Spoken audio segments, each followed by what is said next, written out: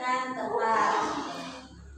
Minggu lalu kita sudah belajar tentang bagaimana cara menyayangi tumbuhan.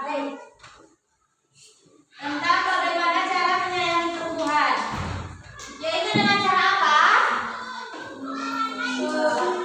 Dengan cara merawat. Gimana sih cara merawat tumbuhan? Disiram. Apalagi? Dikasih pupuk. Iya, pintar. Nah, kita kan sudah belajar tuh menyayangi tumbuhan. Kalau kita sayang sama tumbuhan, kita akan mempunyai timbal balik dari tumbuhan tersebut.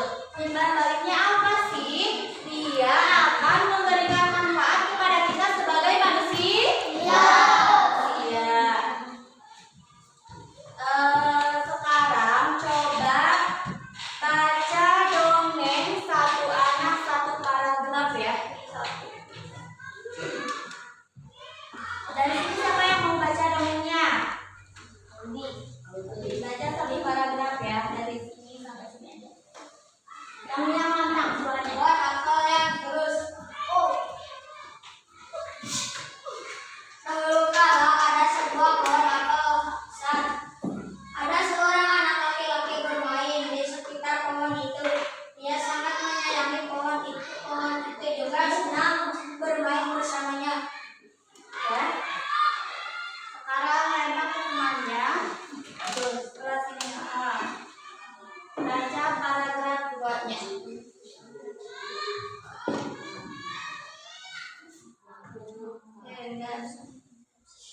Yang lantang suaranya deh. Waktu berlalu anak laki-laki itu tumbuh dewasa. Suatu hari dia datang kembali pohon apel menyebutnya dengan gembira, ayo bermainlah bersama aja. Sekarang penyanyinya, ayo.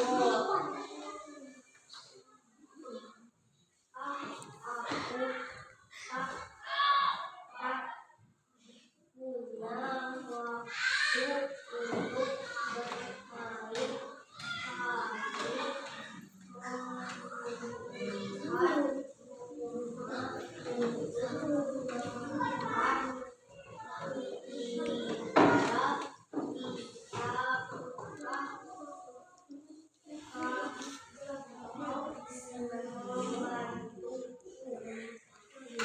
Sekarang paragraf selanjutnya.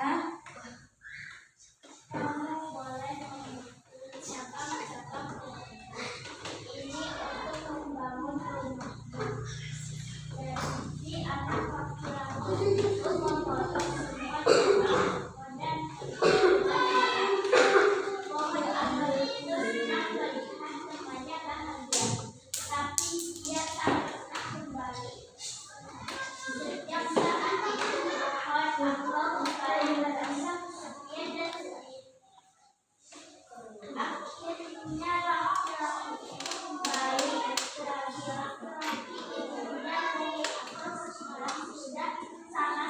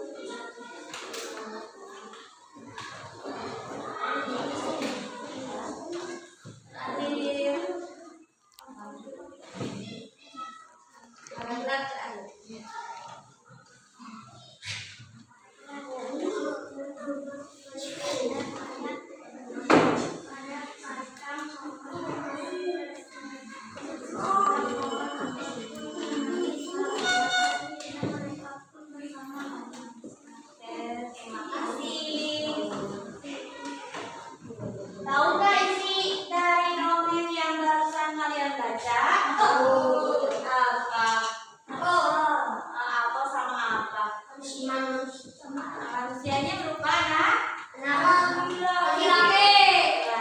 Ada kalimat atau kata yang kalian tidak mengerti di dongeng yang tadi kalian baca? Mengerti semuanya bahasanya? Oke. Nah, dari dongeng ini kita jadi tahu ya bahwa si pohon apel ini sangat tulus membantu anak laki-laki tersebut.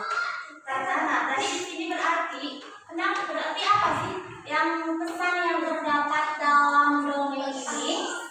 Berarti apa? Kalau menolong kita harus minta imbalan nggak kalau kita nolong orang? Tidak. Emang harus minta imbalan kalau nolong orang? Tidak.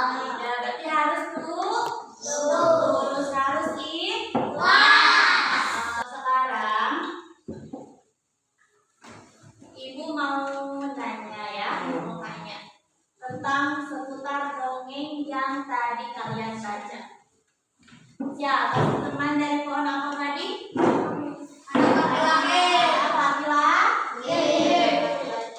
Apa yang dirasakan pohon apel saat bermain dengan temannya, dengan anak laki-laki itu? Apa sih yang dirasakan pohon apel tadi?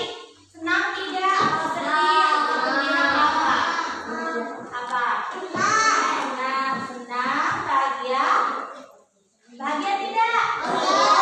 Iya, apalagi? Gembira enggak? Berarti tadi pohon apel yang dirasakan pohon apel itu senang, gembira, bahagia. Terus apa sih nak? Apa sih nak kebaikan yang diberikan sama pohon apel tersebut? Apa? Tadi ada kalimat begini, kata pohon apel sama anak laki-lakinya ada kalimat begini. Kamu boleh memotong cabang-cabang pohonku ini untuk membangun rumahmu. Itu berarti suatu kebaikan yang dikasih pohon apel terhadap anak laki-laki tersebut. Berarti apa tadi kebaikan yang dikasih pohon apelnya? Oleh memotong dahan.